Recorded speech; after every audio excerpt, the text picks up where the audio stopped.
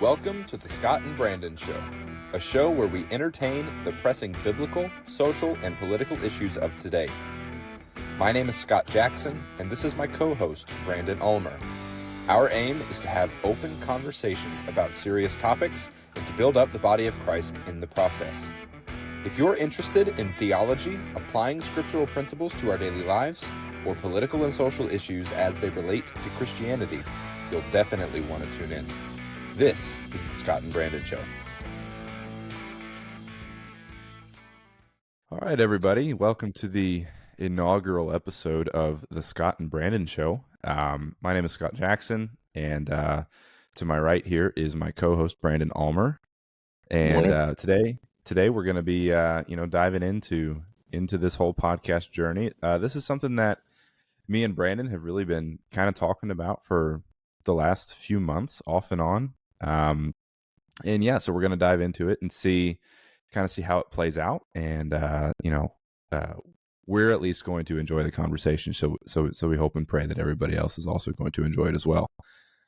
So today we are going to answer, or attempt to answer, one of the hardest questions in life. Who are you? So Brandon, the floor is yours. Who is Brandon Ulmer? Fill us in. Well, thank you there for the great intro, Scott. I like it.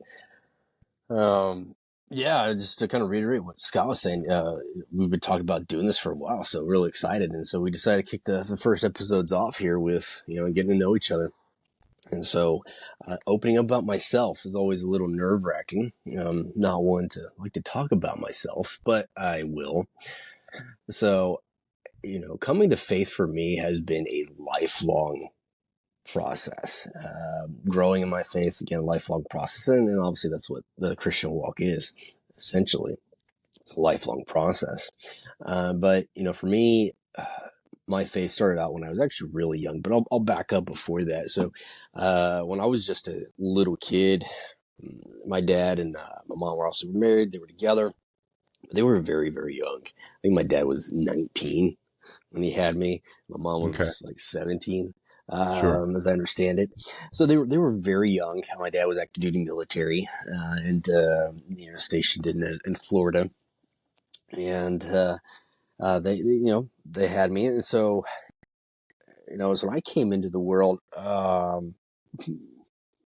mom, also my dad had a huge impact in my life, but my mom really had a huge part of my life. And I'll explain why here in a second.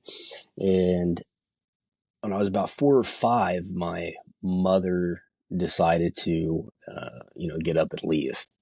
And I've actually never talked to her about that, really. And that's still a question I still have to ask herself, but it's hard to ask that question. But, she left. And I really don't know why. Honestly, I couldn't tell you. I don't even know the answer to that, And so that had a huge impact on my life, and she would come in and out of my life up to this point in my life right now. She comes in ins and out, and so she has a lot of her own personal battles that she has to struggle with, drug addiction and things of that nature, and that for me that's been a challenge. When I was 7 years old, my dad had remarried by then, and I had a stepmom right there. And so that was challenging for me to accept this person as to be a mother figure in my life. Eventually I did accept her, but it was never the same as my mom, because my mom was everything to me. And, I would typically go down every summer and I would see her. And that's what the judge ordered. After they divorced, I would go down and I'd see her every summer and spend time with her. And then the school year I was with my dad. And so I loved doing that. And finally that had to stop because he said, she turned to drugs, and that going down and visiting every summer just stopped. I was 10. Yeah. And so it was a big struggle for me dealing with that. And having the loss of your mom, even though she was there, then she really wasn't. And, and to have her just out of my life had a huge, Go ahead. Did your introduction to Christianity, did that come through your biological mother, or did that come through your stepmother, or is that primarily your father? Yeah, this actually came through my stepmother, surprisingly. And so my dad was still in the military, and my stepmom, she was not living for the Lord at all during her life. But at some point in their marriage, she came back. I don't know her full story, but she came back to the Lord and started seeking the Lord and started really trying to bring us as a family into church. And that created issues in their marriage because my dad wasn't saved at the time frame either. And eventually, he comes around eventually to the Lord. But it was really her that started, with bringing us to church every Sunday and teaching us the Bible. That eventually came around. So at 7 years old, I remember her sitting down in my bedroom at the bottom of my bunk bed and telling me about Jesus and how much I needed Jesus. And so at that point, I was like, yeah, I accepted Jesus. Now, of course, I was 7 years old. I don't think I fully understood, Hmm. obviously, the whole weight of salvation and what Jesus actually did. Sure. I only comprehended it fully at the age of 7 there. But needless to say, I was very excited. I remember running down the stairs and shouting, I became a Christian. I became a Christian. Well, fast forward a few years, my dad decides to get out of the military. And so when he gets out of the military, we move up to Washington State. And that's when Mhm. my salvation journey really started to take a turn. And I remember we were attending a church, and I was 10 or 11 years old at this time frame. And the pastor was preaching a sermon in regards to, giving your life to the Lord and serving the Lord. And I really felt, and I was only 10 or 11 was the age, and I really felt the need right there in my life at that point. And I felt the call the Lord was leading me to, hey, you need to, one day you're going to be a pastor. That's what I'm going to bring you to. And I was like, really excited. But it was also at Mm. that moment I fully felt like I understood what Jesus did at that Yeah. point. Yeah. Yeah. And so at that point, I said, the sinner's prayer again. Hmm. But now this time we're fully understanding what I was actually saying. Okay. So you were And 10 at this time? yeah, 10 or 11 at this time. Okay. Okay. And that's when I finally accepted Christ. But I also dedicated my life to the Lord and said, Lord, I feel like you're calling me into full-time ministry one day to be a pastor of the sorts. And so, yeah, I will commit to that. And I still believe that is something the Lord wants me to do. I've never been a pastor. And now I'm 35, 34. Sure. 34 yeah, Yeah. this year, and I have not been a pastor, so I Sure think it's thing. something that eventually that it will come to fruition. Right. I have a lot more growing in the Lord as a husband and as a dad than Right. I think than that I'm so because of that I think I still have some more time to finish growing in Christ before I can take on that type of role right there. Yeah, I think that's probably true for most people who Yeah. want to venture into some sort of vocational ministry. So were is that what you were under the impression the Lord was calling you to, was like a like vocational ministry, Yeah. like standing in front of a pulpit every Sunday preaching to a That congregation? was that was my understanding of that, really all the way up until to high school. Hmm. Well, yeah, I was into my high school years because high school years, my life takes a turn right there. But really, from that point to my high school years, I was on fire for the Lord, serving the Lord. We had to go to we went to a couple different churches and was growing in the Lord. My dad eventually himself became a pastor, a youth Hmm. pastor of the sorts. So then I was a youth pastor's kid, right? Right. And serving the Lord and all the tension that comes in on being a youth pastor's kid, and so went through that, and so that really eventually led me up to the point where my high school years, because I'd been in the church now for at least for what it felt like me for a long time, but not only Hmm. just being in it, but very actively involved. Because, like I said, Dad's the pastor kid. Dad's the pastor. I'm the pastor kid. And so every Sunday was always like, it felt like an 8-hour work day. as he got older, because you're there for every church service, and then everyone wants to talk to the pastor and so forth, right? And so there's all this stuff, and to me, that just got draining over time. Mm-hmm. It got very draining. I started disliking having to be at church so early in the morning, how long we were there. It started feeling monotonous and routine. Sure. And I started getting a distaste for it, and in my high school years, I lost focus of what grace was.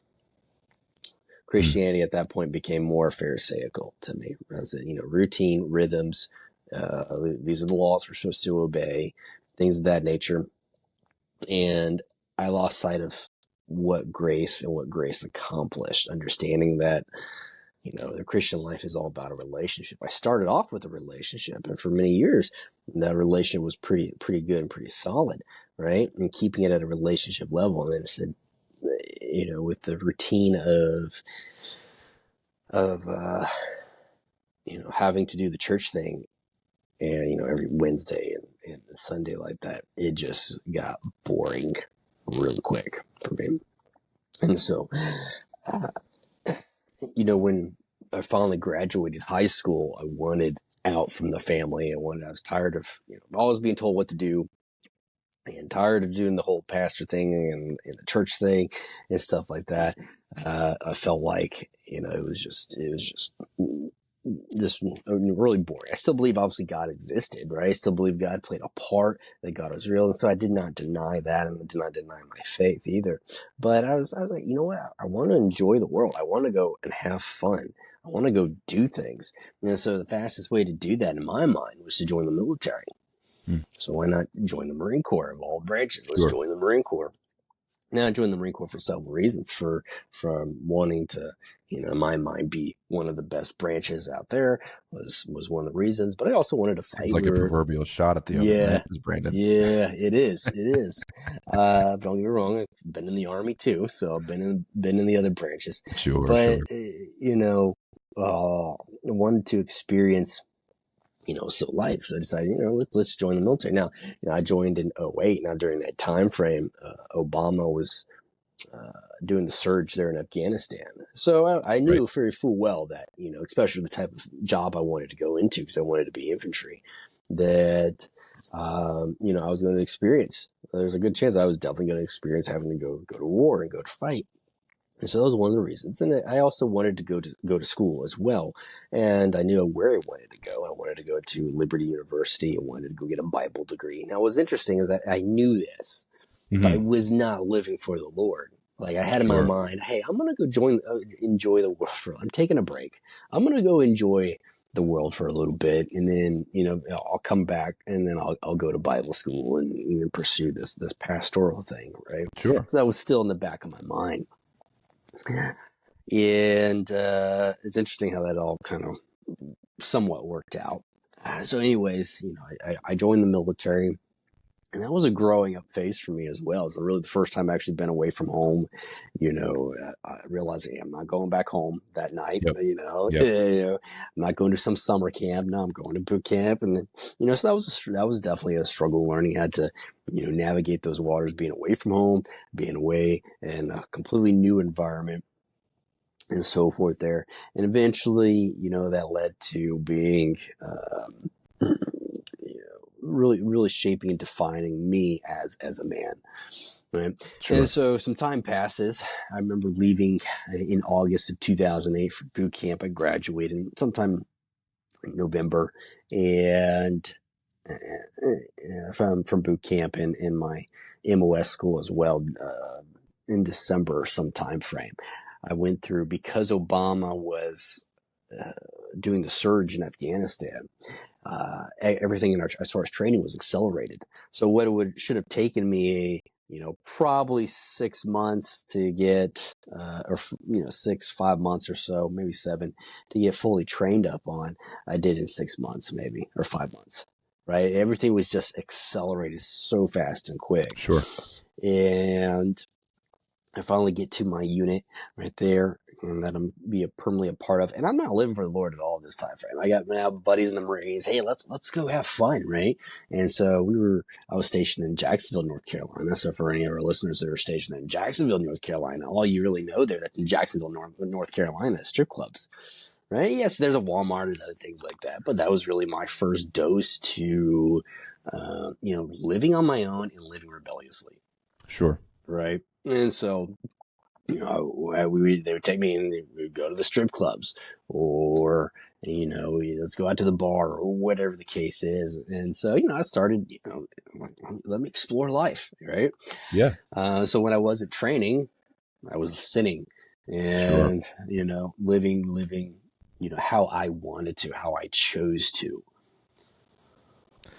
So throughout this time of you being rebellious and doing kind of your own thing, did you still have kind of in the back of your mind this life plan of going to Liberty and getting a Bible degree? Or was that did you suppress that actively in order to kind of live however you wanted to live? I did. Like I still had that in the back of my mind because That's initially interesting.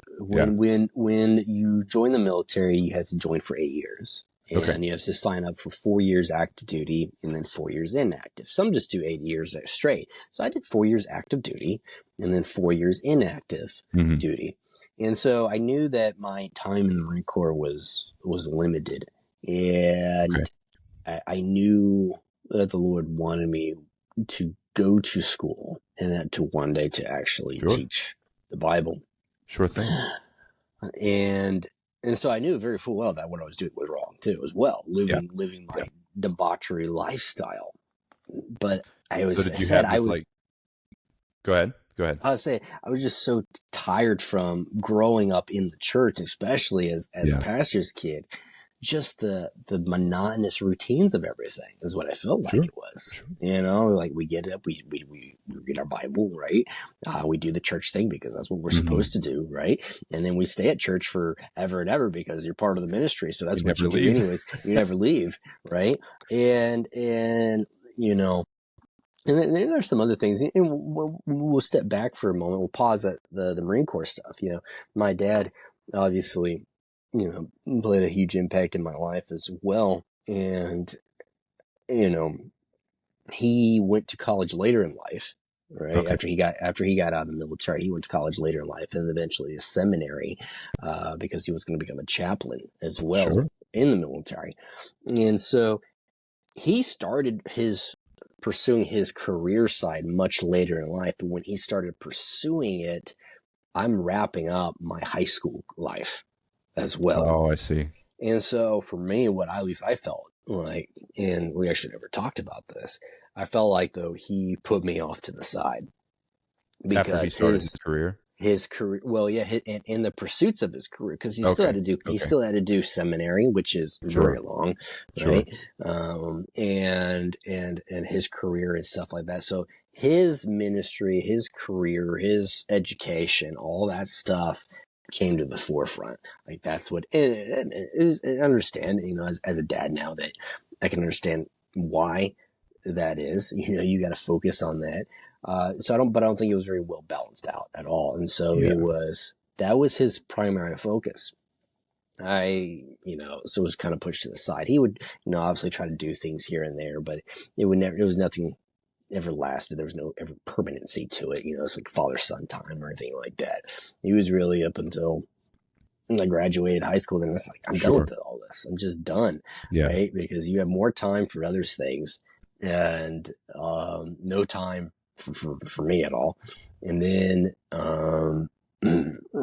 ministry was important to him. So I was like, you get time for all of that. So all of that really played an effect, not on the routine, but also realizing, that with church, you need to be completely, just sold to it. You don't have time for anything else. And the routines of it, all that had just, grown in my mind and planted in my mind. And so that's why I'm thinking this. I'm back to the Marine Corps stuff. And I'm doing my Marine Corps thing and I'm living my life how I want. In the back of my mind, I knew, obviously, yes, what I was doing was wrong, but at the same time that, I knew the Lord wanted me to go this direction. But I was like, well, I'm going to enjoy this for right now. Yeah, I signed a 4-year contract, God. I signed a that's 4-year interesting. contract. That's interesting that even in your time of rebellion and intentional sin, so to speak, you still had this plan to go to Yeah. Liberty.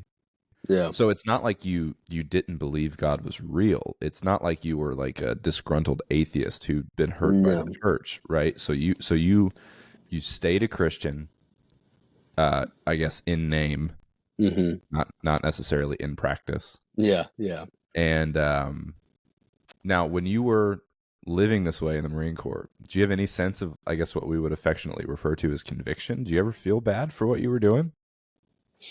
So there were things, yes, I was doing that was wrong. Now, I never did anything like majorly wrong, like such as like Right, right, drugs or anything like right, that, right. But did I go get drunk? Did I excessively drink? Yes. Participating in How strip dare you? clubs, obviously. No, I know, yes. And but eventually, when you start doing something frequently enough, eventually you Right. what's the word, become callous to it, right? Yes. And that's Yep. what I did, right?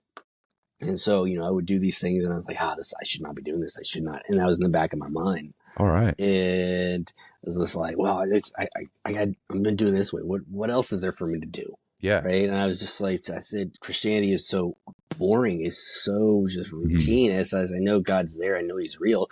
I know he loves me. Sure. I know that very, very well from what the Bible says, but it was just like, who's got time for that Right. in my mind? Right. And again, that stuff from my high school years is really Mhm. just planted in my mind, and that just is what it exists there. Okay. And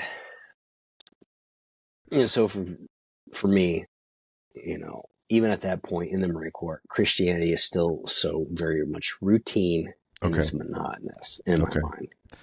So I kind of want to circle back to something towards the beginning, just to kind of give everybody a little bit more context as to maybe what your life experience in the church might have looked like. So this is kind of like a two-parter. Yeah. The first part is what denomination, movement, tradition, whatever you want to refer to it as, were you first exposed to and that you got saved in? And then was that the same denomination and movement that your dad was in ministry in? Mm. So it's a good question.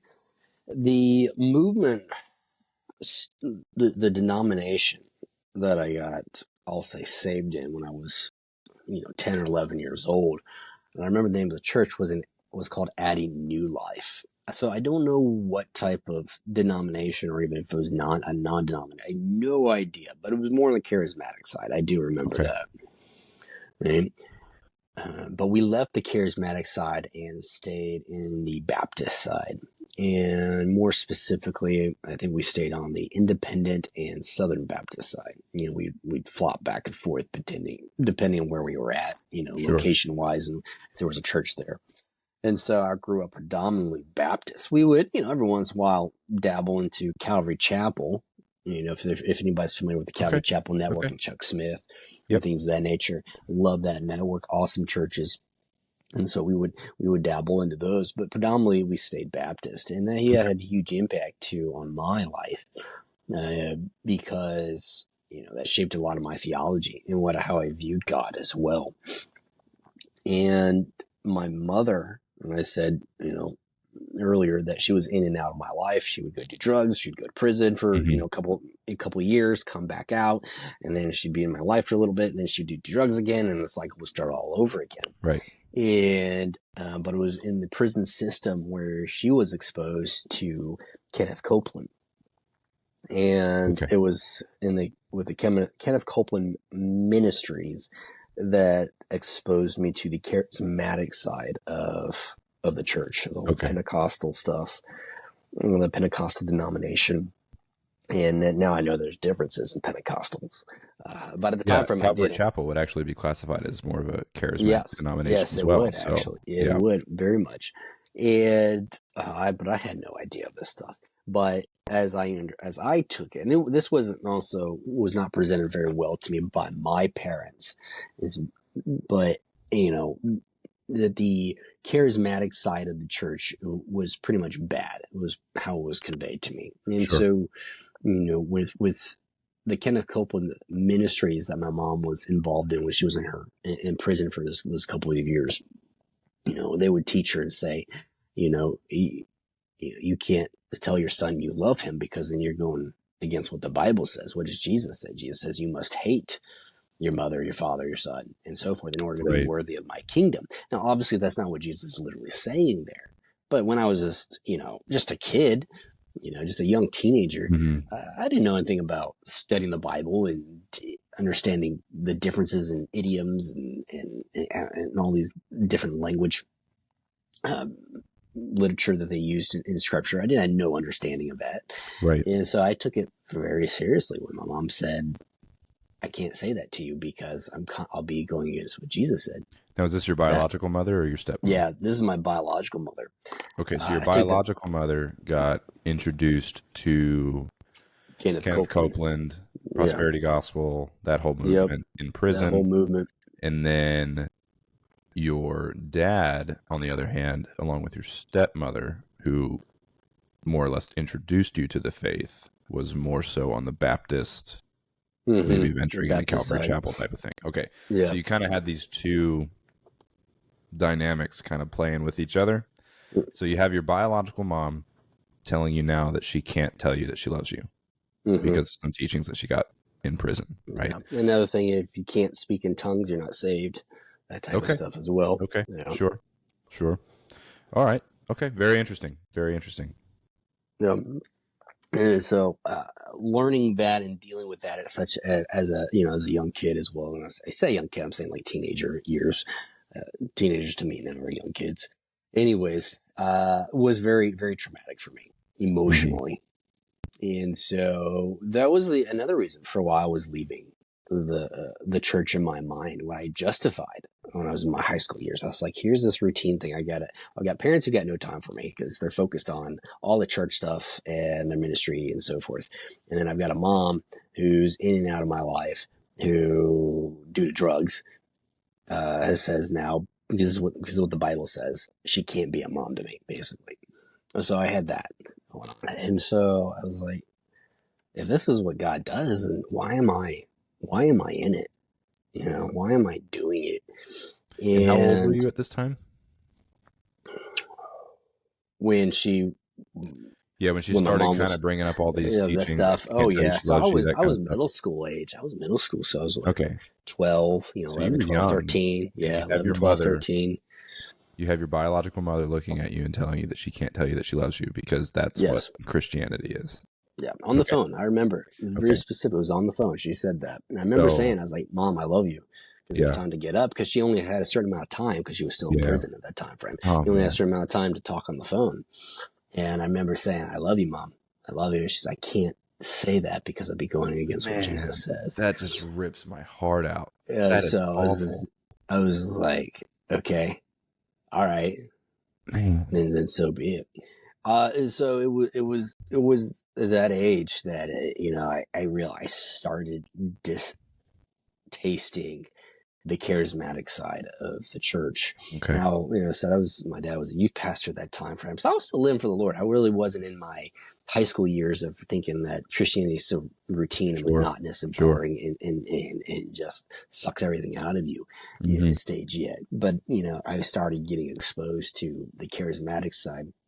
And so I started researching a little bit and studying a little bit about the charismatic side. And I knew, and so I told myself at that point that I said, and I remember saying it in my heart, that I will forever hate the charismatic side of the church. Gotcha. So I was very, very, had very strong feelings against the charismatic side. And so anything that was charismatic side, and now again, me not knowing theology as well, I had no idea what I was saying. All right. So go back to the Marine Corps stuff. So I had, all of that is leading me to, or what has now led me to how I decided to live my life in the Marine Corps. Right. Come October 2020, no, not 2020. I'm way ahead. October of 2009. In October 2009, I had my orders we are shipping out, going to Afghanistan. Okay. The surge that Obama has done is in full effect. It's in full motion.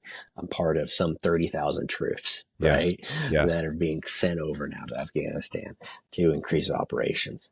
And so we were going to Helmand Province. Now, if anybody recalls, Helmand Province, Afghanistan split up in multiple provinces, and you have Helmand, you got Kandahar, and you got a whole bunch of others. Helmand Province is a very, at that time frame in 2009, 2010 was very, very, very violent. And Marja took place in 2010, which they called was the Fallujah of Afghanistan. Thousands of Marines surrounded the city and just went in and started clearing house. And so I supported Marja. I was never directly in Marja. I was south of Marja, but we supported operations for Marja, so I was there. And so, it kind of gives you a picture of the amount of violence that we were going into and stepping into with Afghanistan. And so I remember, we're about to ship out and we're still in the States. And all I wanted was my family to come see me before I left. I don't know why my biological mother couldn't. Yeah. She couldn't for some reason. Maybe she was prison. I don't know, drugs or whatever. I don't remember why. And I asked a dad and my stepmom too at that time, come. And for some reason they could not either. And I don't remember why. And I was just like, I'm about to go to war. Yeah. Right. And you can't come see me. And you can't come see me. And I said, yeah, I might die. I might die. I didn't say that on the phone, but I'm thinking, I might die. Yeah, this is the last time you're gonna reality. You're gonna see me. Yeah. And now in the back of my mind, so I still had that I knew God wanted me to eventually become a pastor one day and preach the word, right? Sure. And so in the back of my mind, I still have this, and with my relationship with the Lord, it's always been unique, at least for me personally, is that when God lays something on my heart and I know it's Him, I know that's going to happen until it happens, right? Okay. And so that was still in the back of my mind. Yeah. I know it's like, I know the Lord wants me to do this. Like, I know that. Right. And so we finally get to the point we're about to leave. And so my grandmother actually came to visit me.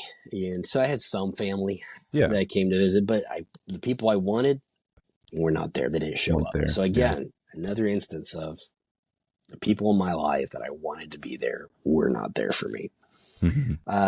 And so I remember we finally hit boots on ground. So the 9th of October, we left for Afghanistan. I think it was by 24 October, I was boots on ground in Afghanistan. And so it took us about 2 weeks to get over there or something like that. And that started a really huge impact on my life. But even in Afghanistan, the Lord was still part of my life as far as He still exists. He is there. He's benevolent, right? He is God. So I'm not turning my back on Him. I know He exists. So I wasn't an atheist and denying His existence or anything. Like, I fully well knew He is there. Right. And, but I still wanted to do my own thing. Yeah. I didn't want to, give my life back over to God. I wasn't ready yet for that. And, I was over there for 7-8 months or so. And while I was there, that's when I met a chaplain. Right. And to this day, he's a good friend of mine, but I saw something different about his walk. He's actually a Messianic Jew. Which is really cool about it. And so, he has a whole story, but it was in his walk that I saw the difference between him and then everybody else I knew, was that his walk with Christ was very relational, and it was all about grace. And that is why we serve Christ every day. It is the grace of God. It is the grace of God that changes everything. And so seeing that, I slowly started opening myself back up to the Lord. In the midst of being in combat, and I lost a few Marine buddies, and seeing how he lived his life, I started realizing, that it's not about the routines. It's not about going to church every day and reading the Bible and following this strict path of life. Yeah. It's about the grace of God. And so right up and, eventually we get back to the States, and I'm starting opening up back up to the Lord very slowly though, very cautiously. Sure. And as time progresses up until really 2012, it's when I finally get out of the Marine Corps, my walk with the Lord is kind of like this, it's this, I'm keeping it on a tight leash, Yep. but eventually I just let go and I gave it to God. And I knew that, as I was prepared to get out of the Marine Corps, I had a decision, either stay in or go to Liberty. And I remembered that. And so I did look at staying in the Marine Corps and pursuing a different career path in the military. Yeah. But that closed down quick, and Really? it just wasn't an option. Yes. And so Wow. I was actually trying to, because I didn't know if I would say I was actually exploring it, because I wasn't 100% sure if I wanted to get out. That's fascinating. It just didn't work out that way. And I was like, all right, I'm going to go to Liberty. And this all happened about the same time that you decided to kind of let God off the leash, so to speak, right? Yes, I started letting God off slowly, little by little. Sure. Right. And I did pray to God, and I said, God, I'm sorry for, how I've lived for the last 4 years, roughly. It's great. And I never had a moment where I just sat down. I guess I would say it's just like, Lord, I'm so sorry about everything. Like it was, for me, it was a thing of, all right, I need to stop doing these things and start working my way toward, obviously living a life in Christ, with obviously the grace of God empowering me. Right. And so it was a constant thing for me to, apologize to the Lord and start seeking Him. And finally I get to Liberty University. And this time I'm also married now, or just newly married. And so I wanted to pursue ministry with my wife and look at going into, full-time pastoral ministry. And obviously that has not worked out in the way I actually planned it as. Sure. I went to Liberty University. I got a Bible degree, bachelor's in biblical theological studies, and then started pursuing a master's as well, which I haven't finished. I almost have a master's completed in the biblical and theological studies as well. All right. But during almost master's degree. Almost. We'll see if I ever finish it. I doubt it. But while I was there, I started looking at a different type of pastor that I wanted to be, and that was more so of a discipleship pastor. And I get to Liberty, I find out there's all these different discipleship or pastoral roles, right? Oh, yeah. You got the senior, you got the executive, you got the youth, you got discipleship, and I had no idea of this stuff, right? And so I started, with discipleship, that seems what I was really drawn to. And, so it was at that point there, I was like, okay, I want to be that. But, I started having kids, right, at an early age too, in college, and trying to wrap that up. And I'm like, I need a job, I need to provide for my family and so forth there. And so, I ended up getting, a job. And the furthest thing that I've been away from is actually some sort of pastoral job, So I've been I've been in the secular side of things, working secular jobs, doing secular things, for all of my life. I actually have not done ministry side. Sure. And, but it's been a lifelong process. And I think, as I look back, the Lord is wanting to deal with issues in my life that stemmed from my childhood. And it's like, hey, you're not ready for pastor yet because of X, Y, and Z in your life. Yeah. You need to learn how to, one, be humble very much. You need to learn how to put me first and put other people first, right? Because I can be very selfish. I can be very self-absorbed and like, hey, I'm all about myself. And that has been a lifelong process to learn, even with a family. Absolutely. Learning how to put my wife and my kids first is something, the Lord, that I've gotten a little better about over the years, but, I'm learning as well. And then learning how to be, relational with the Lord. Sure. I know theology, I can study the Bible pretty good. Yep. But being one-on-one with the Lord, I still have to get better at, I will say that. Absolutely. And having the Lord just be daddy, as Paul puts it, in our life. And that has not been an easy thing for since I was a kid. Yeah, man. And so that's where I'm at right now. And Yeah. so, my walk with the Lord, still growing, still learning. God's grace is good. By God's grace, hopefully become more Christ-like day by day, trying to at least, and understand more of who he is, and eventually pursue into the land that I still firmly believe, he wants me to do some sort of discipleship pastoral role one day. Yeah. And I don't know how that's going to look. No idea. But eventually I still firmly believe that what he called me to at the age of 10 will eventually come to fruition. Man, that's so great. That's in a nutshell, my story, my salvation walk with the Lord, and where I'm at currently in my life. Very cool. Very cool. Yeah, I couldn't help but find it interesting that while you were in the midst of at least what I would perceive to be one of the most hostile environments of your life, of being Afghanistan, that is where you had the realization of God's grace and God's love and God's gentleness, and really had the more or less, at least initial realization of, okay, this isn't really what I grew up with. You know, this isn't really the experience that I had as a kid. This is something different. And I think that's a beautiful contrast of, being in Afghanistan is kind of this culmination of your Marines journey. And, and that's where God kind of at least revealed a part of himself to you. And I think that's a very beautiful thing. So I guess, to give everybody a little bit of, more context on who me and Brandon are. I didn't say this from the jump, but Brandon and I are actually brother-in-laws. Our wives are sisters. So I do know his family a little bit.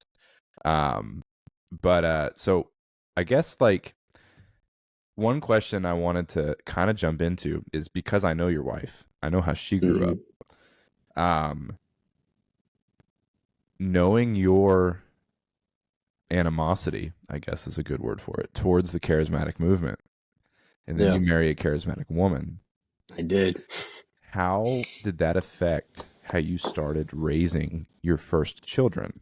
So did that have any effect, or did you and Brittany have any sort of any sort of friendly conversations about things like that? I know when kids are little, you're not necessarily teaching them deep theology and tertiary issues and things like that, but did that have any sort of effect when you guys started having children?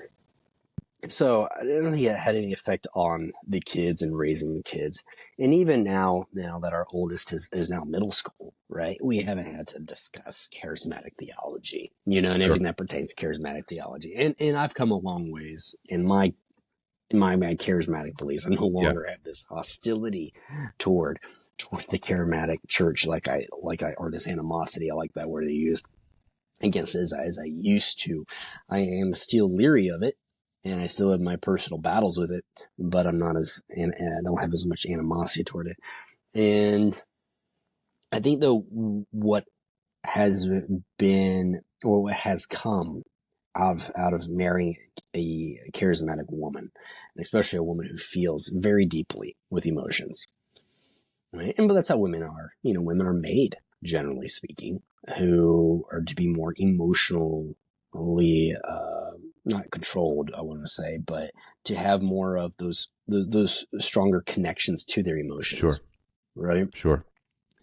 Where I suppress those. Starting in childhood. I started suppressing emotions when I was very, very young. And then you add the military to that, especially the Marine Corps. Yeah. Then you suppress your emotions even more. And then you add war to it. Then you suppress them even more. Right. And so I've mastered suppressing emotions very, very well. Or as they say in the psychiatry world, I've compartmentalized them. Yep. Right. And I've certainly have done that. And I still continue to this day to do that, which is not a good thing. And, the Lord is dealing with me on that. And so marrying a charismatic woman who, loves the Lord, she loves the Lord with every fiber of her soul. It's very obvious. And she feels so strongly about it. where I know I love the Lord, but I don't feel it at all. Like I Sure. don't feel this strong emotional connection. Yeah. Every once in a while, very rarely has God, or have maybe I've allowed, or God has intervened where He's done this emotional thing where I feel Him or sense His presence. It's more, everything for me is more knowledge based, right? Sure. And so I've learned through her though that it's okay to feel. It's okay to have emotions, and where I associated emotions as evil, because charismatic church really, Yeah. focuses on emotions and focuses on feelings. Yep. That's their bread and butter right there. They really draw attention to that. I've learned through her, it's okay to actually have emotions. Yeah. It's okay to actually have feelings and to feel things. Sure. So that's shaped in how we have, at least me, how we've raised the kids. And so I've had to learn with my kids, they have emotions, they have feelings. And I've had to learn that's okay for you to feel that way. Sure. It's okay for you to have that. And it's okay, to talk about it as well. Right. Yep. And so I think the Lord knew that as much as I hated the charismatic movement, I needed a charismatic woman in my life who would begin breaking me. That's great. And like taking pretty much a chisel and a hammer to me and just chipping away at me. Wives are good at that. Yes. So when you refer to the charismatic movement, are you referring to the Kenneth Copeland kind of Benny Hinn type? Yeah. So now I've narrowed my animosity towards the charismatic side, more hyper, right? Because Calvary Chapel is charismatic, right? And then been to some of the churches that she grew up in. My wife, when we come visit you guys, right? They're charismatic in nature. So there's a difference in classical Pentecostalism, right? And this hyper charismatic movement, charismatic, like bouncing off walls. Let's drink the Kool-Aid type thing. So when you say the charismatic church plays off of people's emotions, I knew what you were referring to, but let's we can clarify for the other potential charismatics that are listening out there. Yes. It's more so the Kenneth Copelands, the Kenneth Benny Hinns, the prosperity gospel, where they really really use people's emotions against them and for their own personal gain. Yeah. Okay. And so that's where I have my animosity lies now. And I would say rightfully so. That would be my opinion. I would say rightfully so. Yeah. And because it destroys people. Yeah, absolutely. It destroys them financially because, they'll say, you need to contribute, right? You don't need to have faith, and you need to contribute to the ministry, right? And obviously it's just a money-making scam. That's all it is. So, they destroy people's souls. They destroy people's financial well-being, even physical well-being, emotional well-being, right? That whole hyper charismatic side, I have a very strong distaste for. I would almost say hate for. And I think that would be justifiable. Yeah. We could go on and on and on about that whole side of the movement, because, personally for me, I'm also charismatic, but also do not approve of, ministries like Kenneth Copeland's and such. So yeah, that's very interesting that is the the sort of the backdrop of your whole life experience, and then later on in life you end up marrying a woman who is charismatic in nature, but more biblically charismatic. Like I said, I know your wife. I know your wife. I know her family. So because my wife is her family as well. So that's very interesting. That's great. So I know we're kind of at the end here, as far as, what you were going to allow us to peer into as far as your life is concerned. Anything that you would like, because this is essentially your testimony, your journey to Christ, your journey to Christ, away from Christ, back to Christ. What would you maybe say to somebody out there who either one might have a similar experience to you, or just any sort of final thoughts that you'd like to give that you'd like to give people out there? Maybe some final encouraging words. I would say this, that for anybody that is who can resonate with my side or with my story, right? Because I know there's people out there that can, who've experienced these different type of things, that the grace of God is all about relationship. It's all relational, and that's why we serve Christ. That's why we, get up in the morning and read our Bible. It's why we get up and we pray to him early in the morning or late at night.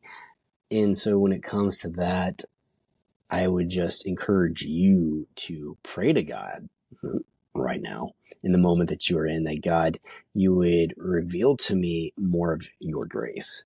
Right? And that's what God had to do with me. It started with that chaplain and me observing his life and how he lived and seeing him and seeing what, the grace of God was doing to him every single day of his life. And it was seeing that and seeing his love for Jesus that ultimately brought me back to my knees. And I said, all right, God, I need you, and I want your grace. Right. And so that would be my encouragement to you, is just to pray that the grace of God, one, is revealed to you, and then two, you experience it as well. And it's more, it's more than just doing routines. It's more than going to church and doing the church thing on a weekly basis. It's all more than that. It's all about relationship, and it's relational. And Jesus is a very clear picture of that through the entire Gospels. Yeah. It was very relational. Yeah. And so that would be my encouragement right there. My word of wisdom to pass great. on. That's great. That reminds me of, what's that Psalm? Psalm 34, verse 8. Oh, taste and see that the Lord is good. Blessed is the man who takes refuge in him. That's great. Well, Brandon, thanks for, letting us kind of see past the veil of your own personal life. That's great. And I know that your story is gonna impact and bless somebody out there who potentially might be having the same life experience or might be on the same track as you, just a few steps behind. So that's great. Yeah. Well, I appreciate you. Thank you for sharing, allowing me to share. And I look forward, though, to the following week's episode, because that'll be your turn. Yes, sir. So we can see into the veil behind Scott Jackson. So I'm looking forward to that. Yeah, man. Yeah. Hearing that. Reciting, recalling my story, which I'm sure you can relate to this. Like, recalling my personal story isn't something I do very frequently. And I know, like, when we talk about in terms of evangelism and talk about, like, talking about Christ to people, it's like, use your testimony. It's the most powerful tool you have. And at least that's what I heard growing up. Like, if you don't know what to say, use your testimony. And believe it or not, it's not something that I talk about very frequently, which maybe I should be ashamed of a little bit, but I'm going to write that book. I don't talk about it either. And maybe it's, we both just have problems suppressing emotions, and that's just, we just don't talk to people. Yeah. we might need some emotional therapy, Absolutely. All right. Man.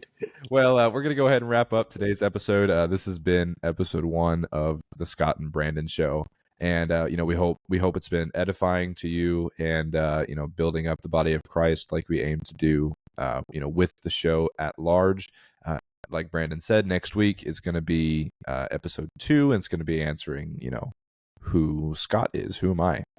So, if that's interesting to you, tune into that. And if you guys don't mind, I know this is our first episode, so we're still trying to get a little bit of exposure, but if you don't mind, go ahead and, leave a review if you found it edifying to you. 5-star reviews, please. If you want to rate it 1 star, just don't listen next week. So you don't need to do that. But thanks for joining us, and tune in next week to find out a little bit more about myself, and we'll see you all then.